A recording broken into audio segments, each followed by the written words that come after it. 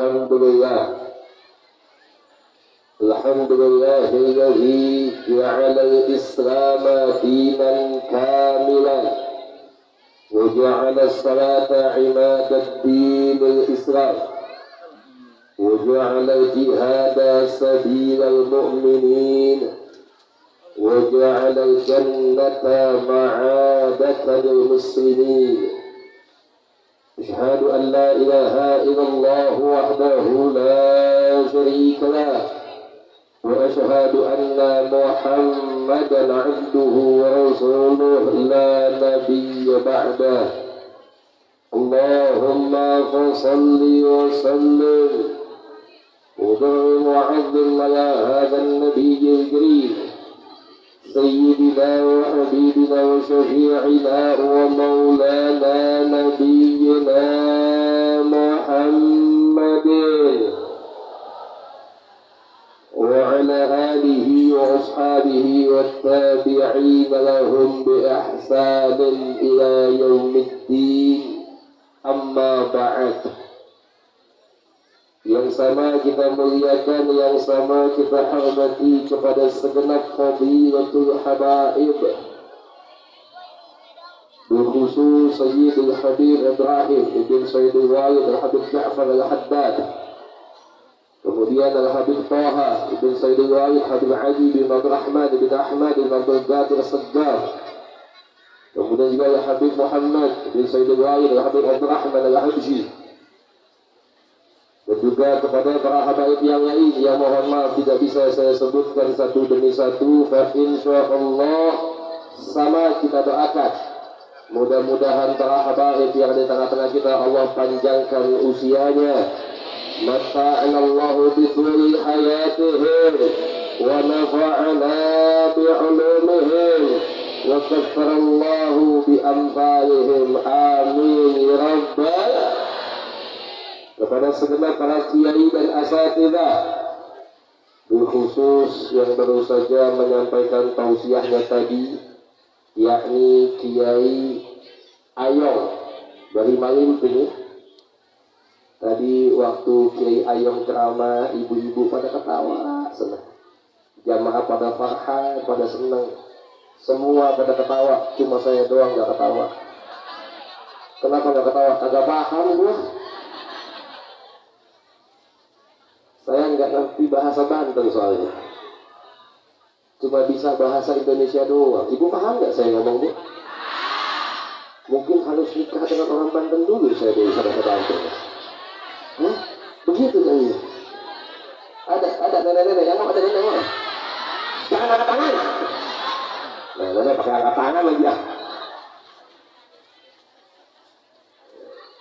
Kita doakan bahagia Allah panjangkan umurnya, dimurahkan rezekinya, ditambahkan ilmunya dan diistiqomahkan dakwahnya. Berkhusus kepada segenap warga besar daripada ad-da'i ilallah al-mujahid fi sabilillah, Abuya Kiai Haji Wase Fauzan, terlebih daripada 3 putra mahkota beliau. Yang pertama adalah Kiai Haji Sofiyullah Muhajir, kemudian Sahibul Ma'had yakni Kiai Haji Mubarak, dan juga yang terakhir jagernya.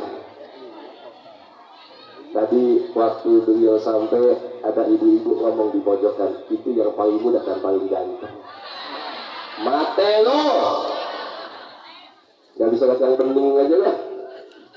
Baik, mudah-mudahan ketiga-tiga daripada putra Abuya Wayarham Kiai Haji Wase Fauzan senantiasa Allah panjangkan usianya, dimurahkan rezekinya, diistiqomahkan dakwahnya, diberkahkan ilmunya, dimudahkan urusan dunia dan akhiratnya, senantiasa bisa meneruskan perjuangan tercinta ayahanda beliau, dan mudah-mudahan Allah juga bantu perjuangan beliau semua, amin ya rabbal. Mobil khusus kepada semua jamaah, baik kaum bapak dan juga kaum ibu, serta adik-adik kami tercinta dan juga santriwan dan santriwati yang pagi ini kita kumpul semua di sini. Mudah-mudahan kumpulnya kita semua senantiasa mendapatkan ridha Allah Subhanahu wa taala. Ibadallah, puja dan puji kita tujukan kepada Allah atas curahan rahmat dan limpahan nikmat yang sampai dengan saat ini masih Allah limpahkan kepada kita semua. Khusus nikmatul iman wal Islam, nikmat sehatul afiyat, hidayah dan inayah, sehingga pagi ini kita bisa kumpul semua di sini. Mudah-mudahan kumpulnya kita menjadi tambahan pahala amal ibadah kita semua. Amin ya rabbal. Ahlan wa sallam ala Habib Taha bin Sayyidil Walid Habib Aid wa Segaf. Ya Rasulullah salamun ya fi azami wa ya Rasulullah salamun alaik.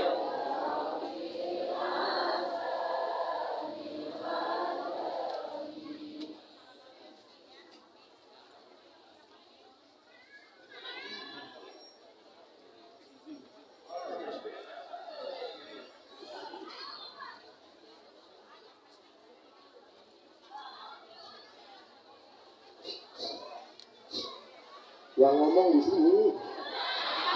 di sini, kan air nih. Lu suka bikin gue sakit hati deh. Enggak, tidak boleh duduk di sini. Emak emang deh. Apa Bu? Nggak bisa lihat ya? Terus gue butak ini.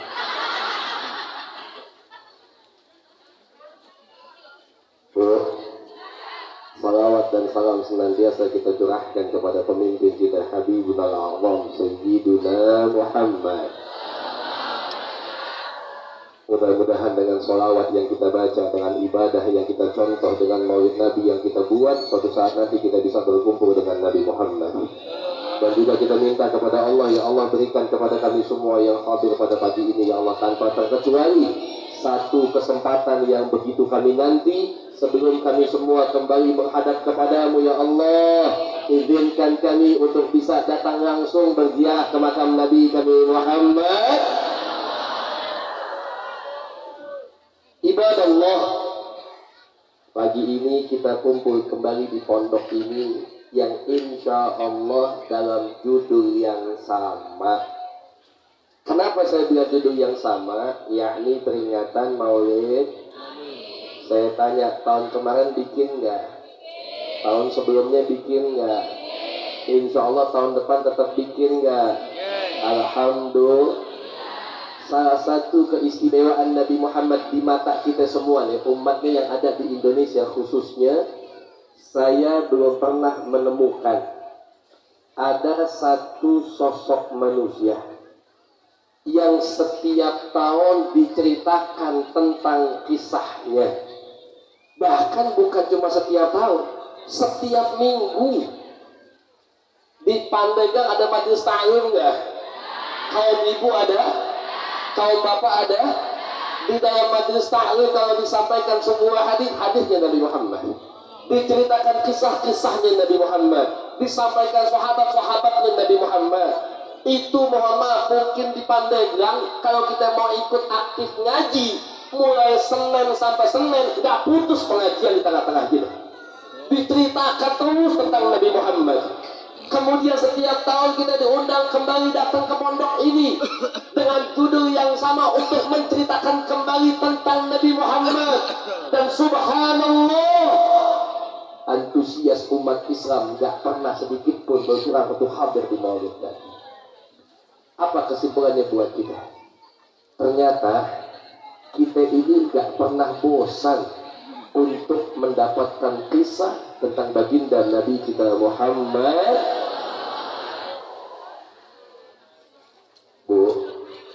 Bu, ada nggak yang pernah kayak gitu? Yang kalau diceritain setiap saat, kemudian kita nggak bosan, ada nggak yang pernah kayak begitu? Kecuali Nabi Muhammad, ada nggak? Nggak ada.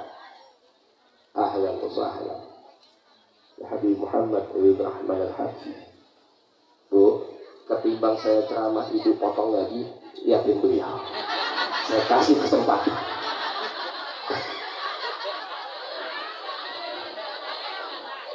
Gak apa-apa ya gitu.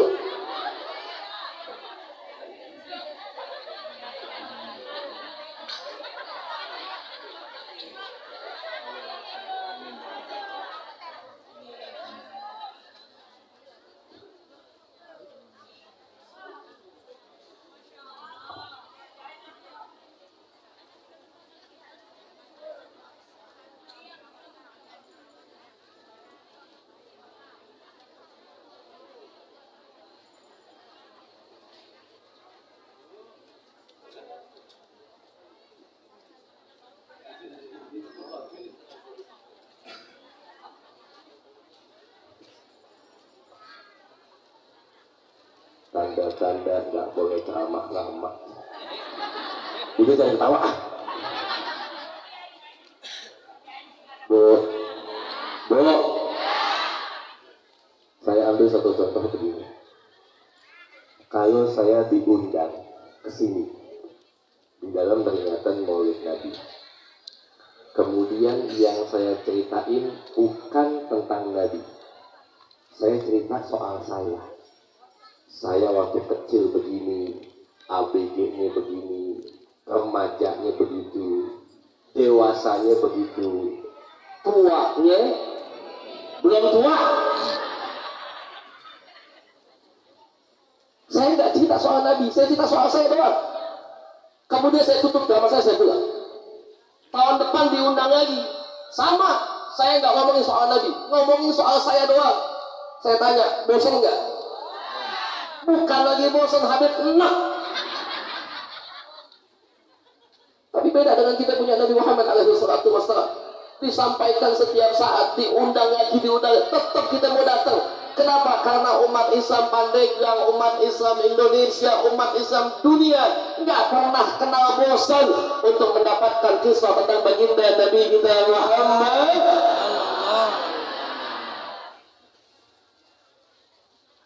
Yang jadi masalah saat ini adalah nanti ada Habib Toha, ada Habib Muhammad. Yang jadi masalah saat ini, sudah berapa banyak maulid yang kita datangi, sudah berapa banyak kisah yang Nabi sampaikan kepada kita, tapi ternyata kita umatnya belum menjalankan daripada perintah Nabi Muhammad. Betul?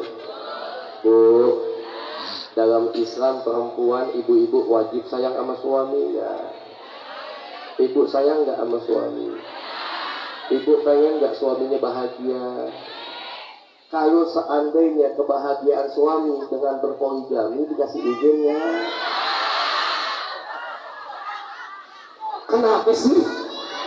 Emang kenapa sih nggak dikasih izin? Kenapa? Kan poligami nggak apa-apa. Dalam Islam boleh. Ya Pak ya? Lu mau kan? Tenang Pak, gue wakilin. Tapi nggak apa-apa. Saya paham kontraknya perempuan itu ketika dia sudah mencintai satu suami maka tidak boleh berbagi. Betul. Suami ibu hanya punya ibu, betul. Tidak boleh dibagi-bagi, betul. Mudah-mudahan suami ibu bisa menjaga hati buat ibu semua.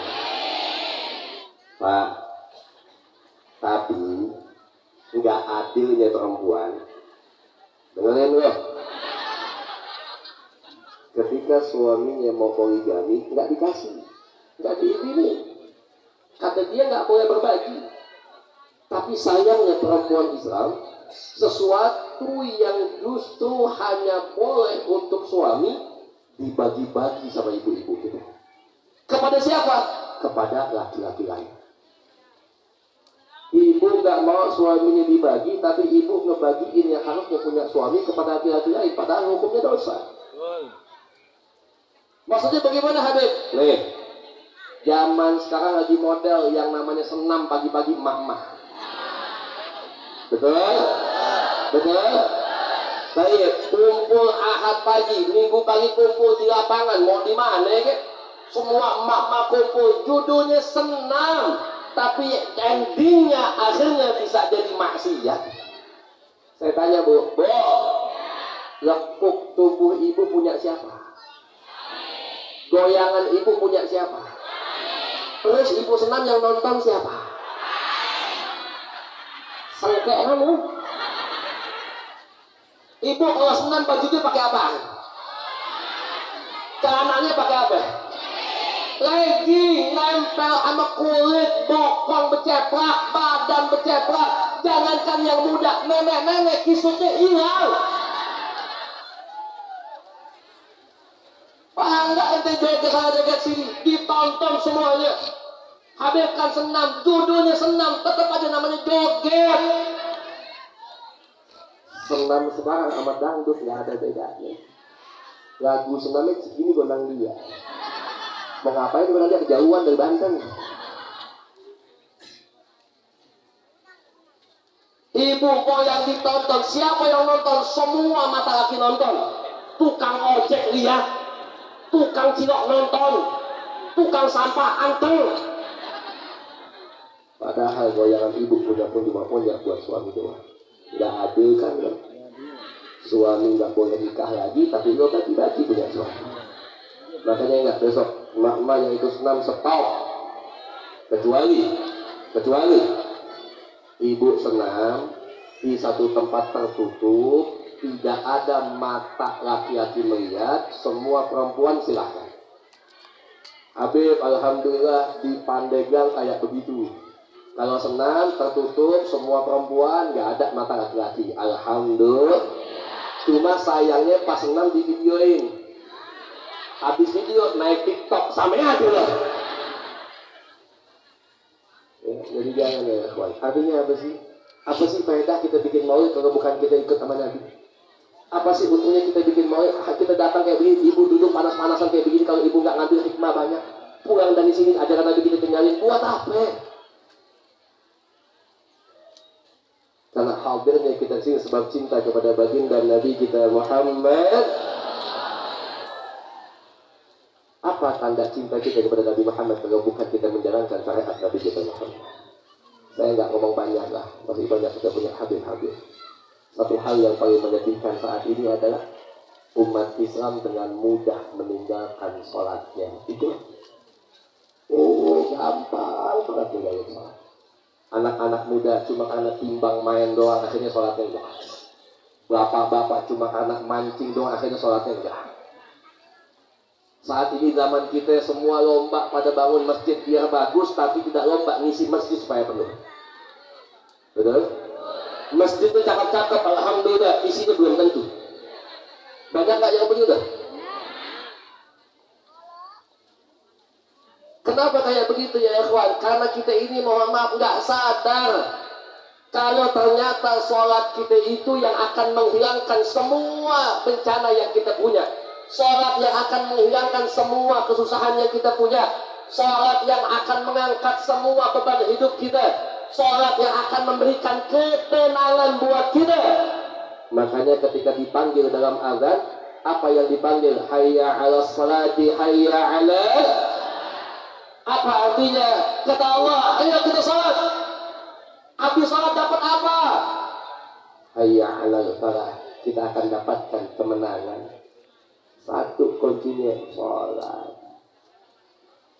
5 kali dalam satu hari dipanggil umat Islam untuk sholat, pakai muadzin, pakai tawaf, betul? Kenceng nggak? Kenceng nggak panggilannya? Kenceng yang datang. Kadang-kadang di Indonesia saya sedih kalau ada yang namanya umat Islam kemudian sama syiar agama nggak demen. Termasuk azan. Kejadian di Jakarta banyak umat Islam yang nggak demen sama azan. Sampai minta azan dikecilin, dianggap azan mengganggu. Padahal mohon maaf, azan tuh nggak setiap waktu, cuma setengah 5 selesai. Azan lagi jam 12, itu jeda waktunya sekitar 6 jam setengah. Jam 12 selesai, azan lagi jam 3, ada beda waktu 3 jam. Jam 3 selesai, azan lagi jam 6, beda 3 jam. Jam 6 selesai, azan jam 7, beda 1 jam. Jam 7 selesai, azan lagi setengah 5, beda waktunya panjang. Tapi sayang umat Islam banyak yang gak demen sama azan, merasa keganggu dengan azan, tertutup hatinya. Dia gak demen dengan panggilan Allah Subhanahu wa Ta'ala. Ya, padahal dijelaskan innamal mu'minuna alladzina idza dzukira Allah wajilat qulubuhum. Disebutkan nama Allah bergetar hatinya. Dibacakan ayat Allah bertambah imannya. Bagaimana bisa mungkin dia dengan azan kemudian dia kecewa? Tanda-tanda keimanan dia kepada Allah. Bahkan mohon maaf ibadah Allah, sampai ada yang bikin puisi. Kalau menurut saya tentang azan, kalau menurut saya, apa kata dia? Kau bilang Tuhanmu dekat, tapi kau panggil dengan pengeras suara setiap saat. Ada yang bikin puisi begitu. Kapan bikinnya? Bikinnya sebelum masa kampanye. Yang dimaksud apa? Kalau menurut saya dimaksud azan. Karena umat Islam itu memanggil Allah dengan pengeras suara, dengan toa dan sebagainya cuma ketika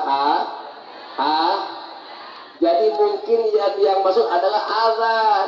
Dia mau ngeladekin kita, katanya Allah deket. Kok dipanggilnya pakai teriak-teriak? Padahal yang ngomong juga Islam juga. Baik, saya tanya semua, jawab jangan. Jawab jangan.